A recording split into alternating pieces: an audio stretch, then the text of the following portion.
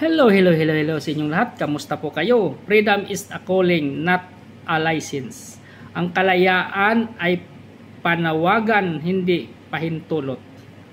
Ang pagiging malaya kay Lord Jesus Christ ay hindi pahintulot upang gawin ang gusto natin. Sa halip, ito ay panawagan upang ipamuhay ang biyayang ating tinanggap. Ang totoong malaya ay hindi alipin ng laman, kundi namumuhay sa espiritu na may disiplina, kabanalan at pagtatalaga ng kabutihan ng iba. Ano ang sabi niya dito sa Galatians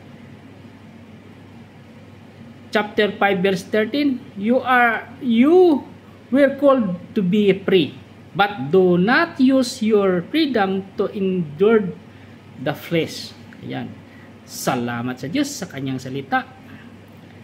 At ugaliin natin laging manalangin araw-araw at magpasalamat sa kanyang mga biyaya. At shout out sa ating mga nanonood dyan. Shout out sa inyo lahat. Ingat po lagi. God bless us all. Thank you for watching.